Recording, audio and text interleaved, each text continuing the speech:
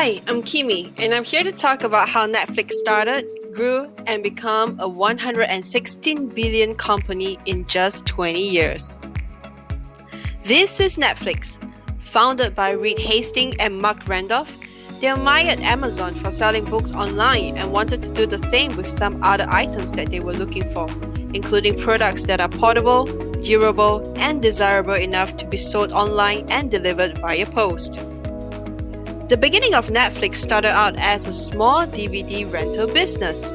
In early 2000, Hastings and Randolph traveled to Blockbuster's headquarters in Dallas.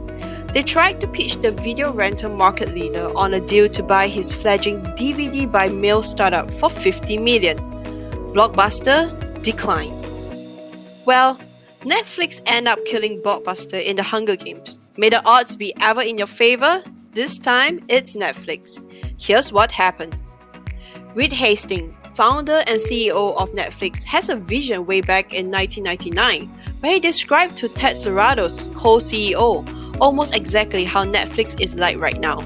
And why that seems insane was, at the time, internet was so slow and so expensive that it just seems incomprehensible that if someone emailed you a video clip, it would take days for it to open up and watch. However, Reed's sense of clarity and vision was just incredible at that time. He adopted the blue ocean strategy. The key is simply not to compete with your competition, but to render them irrelevant by finding selling points, a unique selling proposition that your competitors cannot rival. How Netflix found its blue ocean in a sea of red? Instead of competing in an existing market space, Netflix created uncontested market space by going e-commerce and mailing DVDs straight to consumers' home. They also made the competition irrelevant by providing unlimited rental and no late fees. Netflix eventually shifted from red to blue ocean. They have become the leading provider of streaming services with about 183 million paid subscribers worldwide as of March 2020. This opened up a whole new world of being able to watch Netflix from your laptop, desktop computer, tablet, phone, TV, and take it with you anywhere in the world as long as you have internet. Initial business model at that time, VHS, was the norm, but they figured that it was too heavy and to be sent via post and too big to be easily stored in a warehouse. DVD, on the other hand, did fit the criteria. The only problem was that, it was a totally new technology barely released, but it went with it anyway. So both of these approaches, the delivery channel and format, were very forward-thinking for the time. And to differentiate itself from the renting competition even more, Netflix reinvented on the revenue model. They also provided a wide range of DVD to rent at a fast and convenient way of receiving the order the next day. They tied up with USPS to manage the shipping orders. Eventually, 95% of all households had a DVD player, and Netflix business skyrocketed. A year later, Netflix introduced a subscription model instead of a paid-to-rent a single DVD model. You could rent as many DVDs as you wanted per month for a flat fee, and in addition to that, there were no due dates to return to. Rental revenue increased in the span of 1 year, overshadowing sales revenue for Netflix.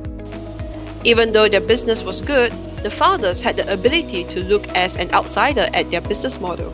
They were never happy with the way the business model was at a given time, but were always looking where the market was headed in 5 to 10 years.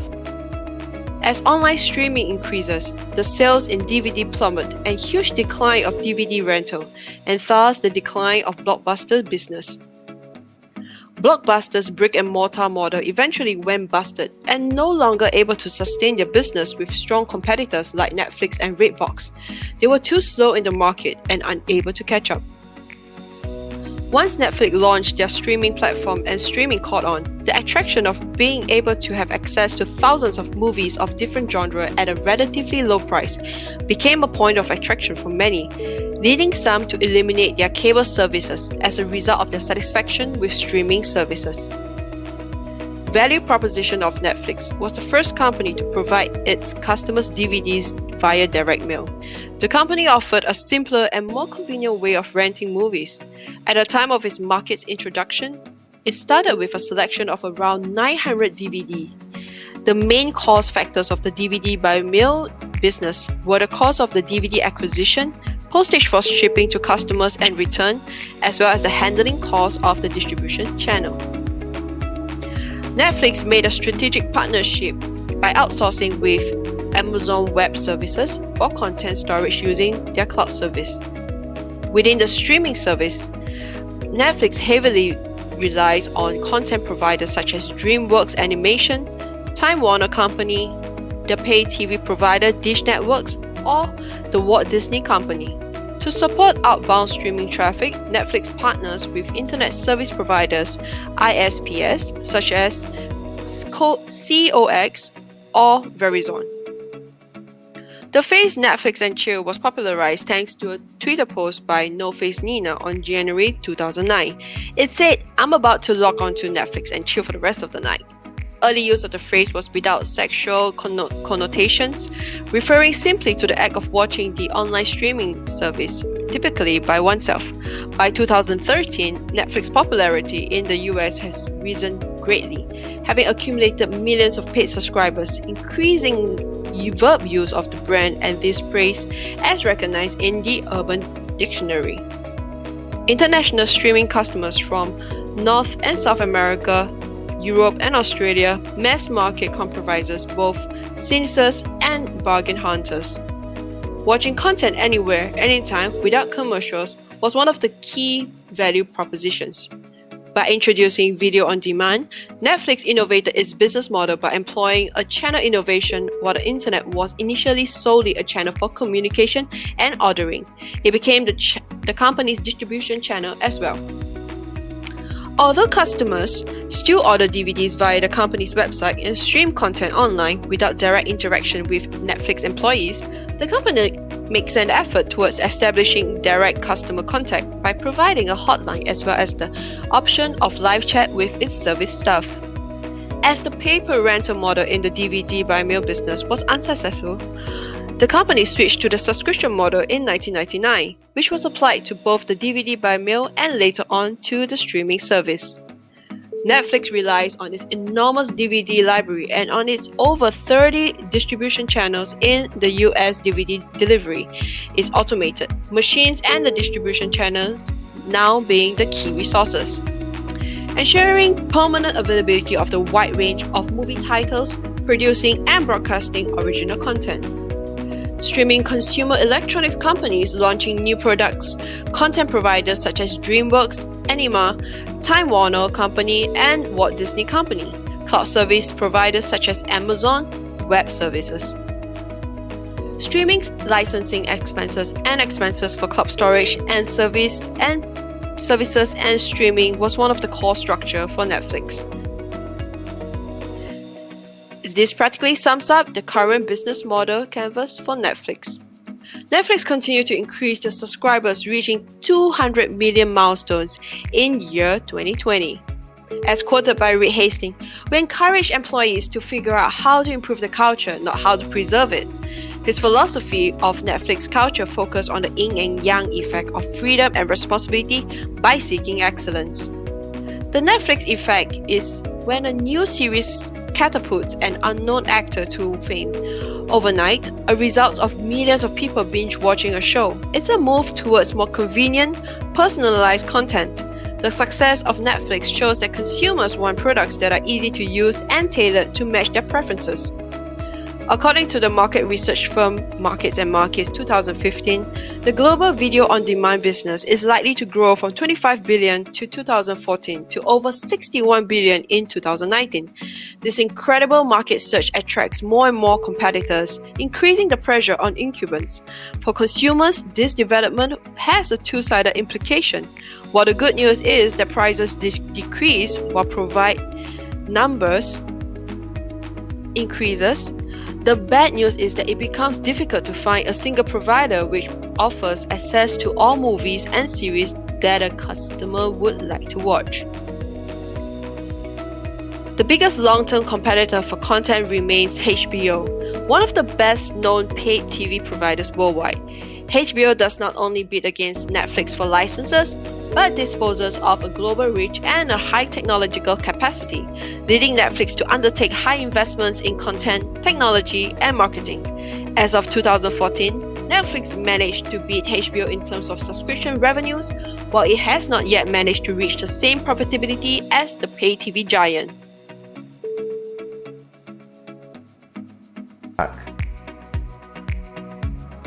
Netflix eventually paid $100 million for the first 2 seasons of House of Cards. Netflix is notorious for buying its way to the top, as satirized by Saturday Night Live, where Netflix executives literally throw money at the prospective show producers. Netflix, you're greenlit. Who am I speaking with? Yes, hello. We have an idea for a show that we think would be great for Netflix. Okay, great. Would you like a pilot or just go straight to an order of 6 episodes? We'd like to go right into 6 episodes with a pickup option at the end of 3. Got it. Can you start shooting next month? Got a show about transsexual dragons here. Yes, we're ready to start right now. We are very, very excited. Okay, sounds great. We'll send you the contracts. Oh, and what's the show about? It's a standalone series about a superhero called the Coon before he joins Coon and Friends. Yeah, dang it. We've never done this before, but I'm afraid I'm going to have to pass on your show. Thanks for calling. Netflix, you're greenlit. Who am I speaking with? Netflix, you're greenlit. Who am I speaking with? Ted Sarandos picked nearly 400 shows last year, and every one of them, be it The Crown or its royal cousin, Tiger King, started with a pitch. We probably hear about 100 a day, so that's film and series and television and global and documentaries, all in one. Here are some of the key factors behind the success story of Netflix. Netflix captured a far more lucrative market by tapping into streaming. With all of the great and overwhelming features, Netflix is marked as successful as it prioritizes subscription needs. The regular transformation is bringing innovations and creating ease for the subscribers. The success story of Netflix is the business strategy to make customers glued to this platform. Netflix is targeting mainly the youth segment of viewers. It is mainly the millennial users who are its main target market. However, apart from individual users, it is also targeting middle and high-income families. The lifestyle of people have changed a lot in the last 1 decade. The SWOT analysis reveals that there are specific weaknesses of the company. The company can bring in new policies to strengthen their weak areas. At the same time, they can consider the opportunities supported by their strength to ensure growth. If you know the enemy and know yourself, you need not fear the result of 100 battles. If you know yourself but not the enemy, for every victory gained, you will also suffer a defeat. If you know neither the enemy nor yourself, you will succumb to every battle. The data from Parrot and Ampere reflects that Netflix, once one of just a couple players in its market, is now competing for attention with Disney+, HBO Max, Peacock, Apple TV+, Paramount+, Discovery+, as well as Amazon and Hulu. More people than ever are watching video online, and Netflix isn't the only place they are watching. In order to sustain, Netflix needs to increase their revenue, increase subscribers, and increase their content titles for their future. Obviously, nobody can stay cash negative for prolonged periods.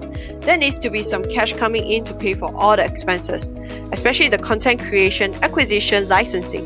Netflix has always been criticized for being in the red zone, as content creation acquisition requires cash that Netflix does not have and that therefore gets funded largely from debt insurance. This creates the assets that then generate future and revenues and income. When you understand how this works, you will draw a lot of value of your own innovation ideas. At the end of the day, this is what scaling innovation requires: using today's cash to fund your ideas, create valuable assets that generate revenue and income in the future. One of the core pillars of Netflix's business growth strategy is that it focuses on original content, including technology, innovation, user satisfaction, mobile-first experience, phase expansion to different markets, regional partnership. Netflix started to invest in series and movie creation by either acquiring independent creators or creating in-house that added a new key activity to its business model. This is called vertical integration, where a company owns several parts of its value chain. So as of today, Netflix creates original shows like House of Cards or Orange is the New Black and distributes them on its platform. Speaking of which, Netflix came up with several other innovation which fits into the value proposition block, starting with the video recommendation algorithm. This algorithm is very robust and attempts to suggest you new video shows that you will like based on many criteria. This is extremely used to sort out content that individual viewers will enjoy out of thousands of different shows that exist in the catalog. Also, Netflix is now releasing entire seasons of its original show at once without making you wait weeks between each episode. When it comes to traditional TV, that this weekly episode release is necessary to maintain a habit and make people watch advertising at prime times. But Netflix doesn't rely on advertising, so they don't need to do it. And for Netflix subscriber, the advantage is that they can binge watch entire seasons at will without the waiting time between episodes with this content creation and distribution. Reed Hastings has revolutionized how the world is entertained. He also reinvented the corporate culture. Netflix gave competitive price structure that made it affordable for low-middle income people. Netflix went public in 2002. In 2005, they gained 4.2 million members. 2009 started the price of $8 per share. The stock tripled in 2013, and Netflix won 3 Emmy Awards. In 2018, Netflix share rise to $400 per share. And in 2020, Netflix is to invest $17.3 billion in content. Going Global built in 2010, Netflix became available in Canada, with Latin America and Caribbean being added the following year. That was the same year that Netflix began creating its own content, original content. Stranger Things, Glow, Orange is the New Black, and The Crown are just some other of the successful Netflix original scenes. Over the next 3 years, the company's streaming facilities began to be supported on different games, console, handheld devices, and TVs. Netflix keeps gaining subscribers and it will continue to create new original content, including series, movies, and documentaries. That would be new major innovation is yet to be seen. But given how innovative the company generally is, it's safe to assume that there will be surprises in years to come. In conclusion, during the early year in 2000, Blockbuster was offered to purchase Netflix and all of its assets for only $50 million. As of October 2020, Netflix is worth $240 billion in market cap value. Perhaps it isn't really about what a company sells, rather, it's about how a company sells or promotes its products. Thank you for watching, and I'll see you next time.